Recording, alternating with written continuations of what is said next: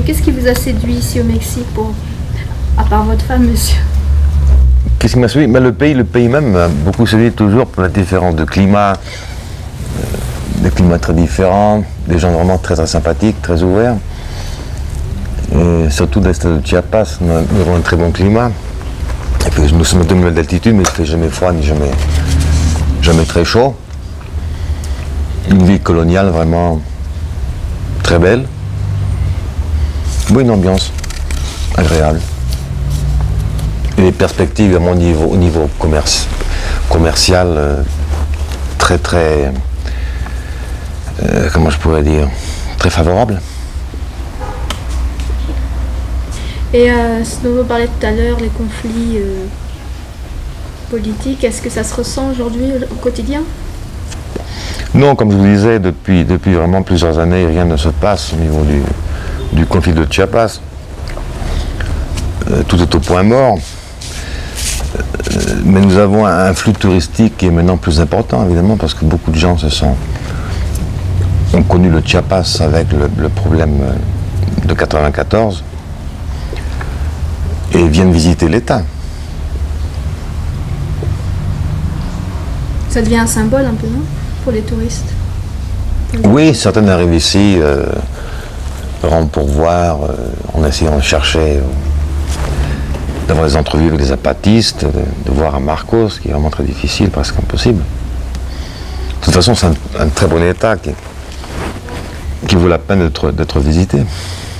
Il y a un petit peu un tourisme politique, j'ai l'impression. Oui. Parce que quand je vois dans la rue ces femmes qui vendent des poupées avec des cagoules. Oui, moi c'est la récupération, comme toujours, des symboles du mouvement, quoi, les drapeaux, les t-shirts, les posters, etc. Ça me met un peu mal à l'aise. Pour moi, ça me met mal à l'aise. Oui. Tourisme. En fin de compte, ce sont les Indiens qui en profitent, hein, surtout, de tout ce flux touristique.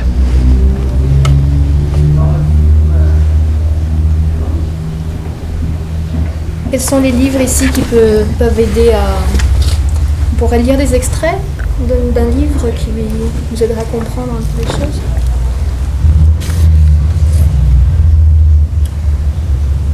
Yvon Le Botte, est-ce que c'est en français ou c'est en espagnol? On va couper l'inscription.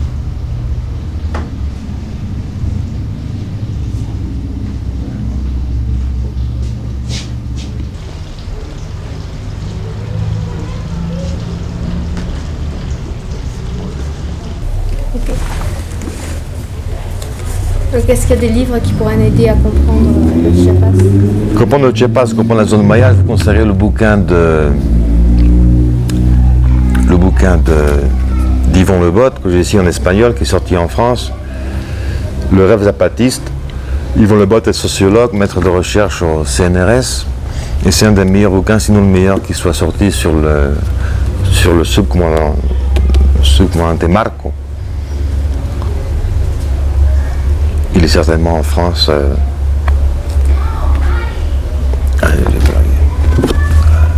On va recommencer. Donc, si vous voulez une information sur la zone maya,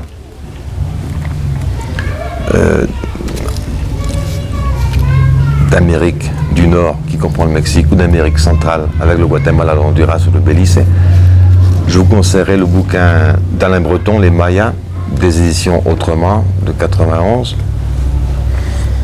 Et sur le problème, le conflit de Chiapas, le livre d'Yvon Le Botte, qui est sociologue, maître de recherche au CNRS, qui s'appelle Le rêve zapatiste, ici en espagnol, Nación Zapatista, qui est sorti au Seuil en 97. C'est un des meilleurs, sinon le meilleur bouquin écrit sur le fameux Marcos, le chef du mouvement zapatiste.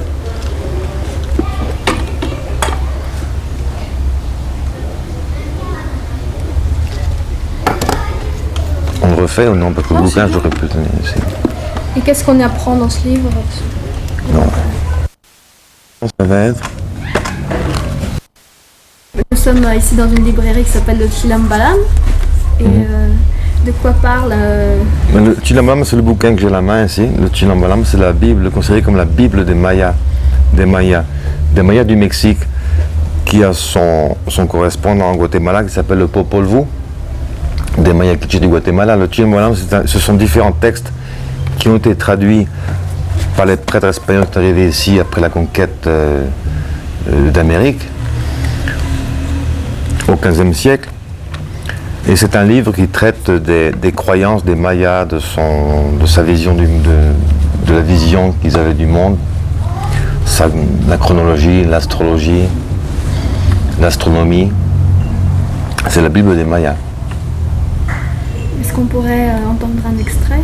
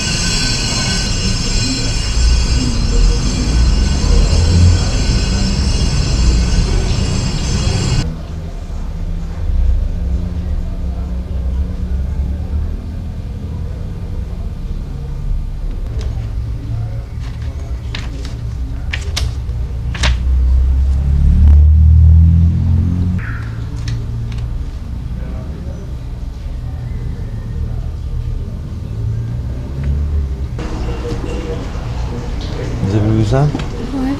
Ouais. Ouais. Je les ai lus. Pas par Jean Marcal, mais j'ai lu le cycle. Ouais.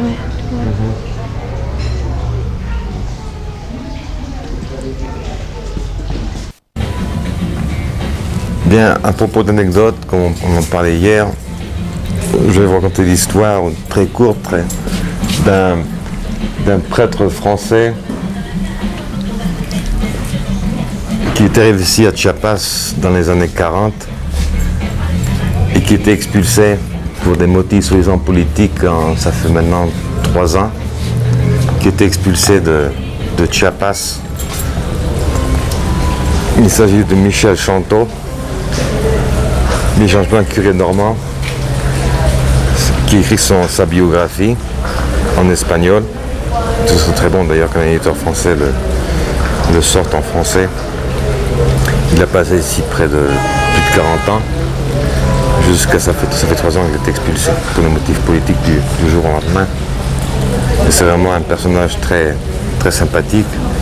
Né en Normandie, il a également exercé en Bretagne.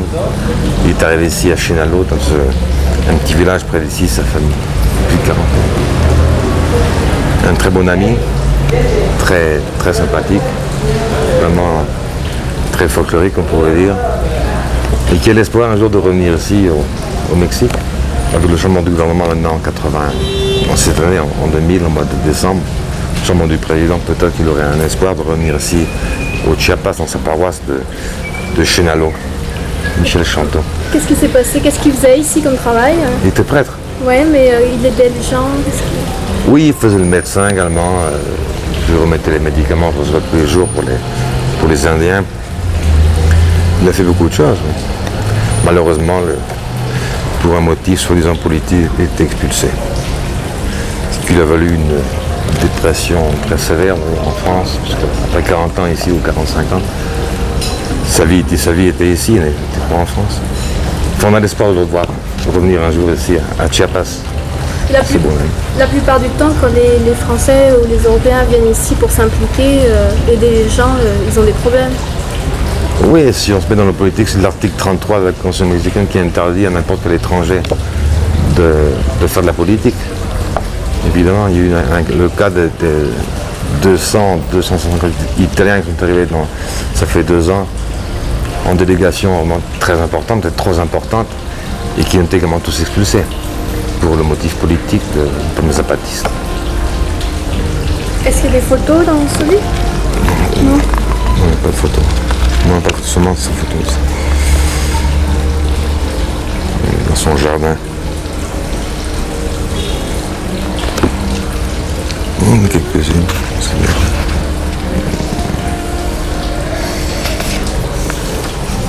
Il est au Guatemala maintenant? Ça fait peu de temps qu'il est revenu au Guatemala. Oui, c'est vrai. Oui.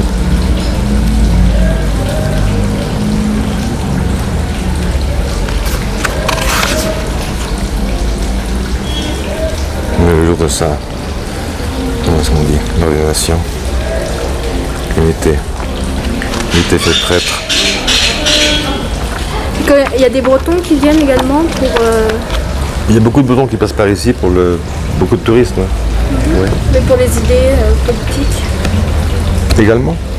Mais... Où la politique intéresse beaucoup de gens, évidemment. Surtout les Français. Donc énormément de tourisme, un tourisme politique maintenant, je sais pas.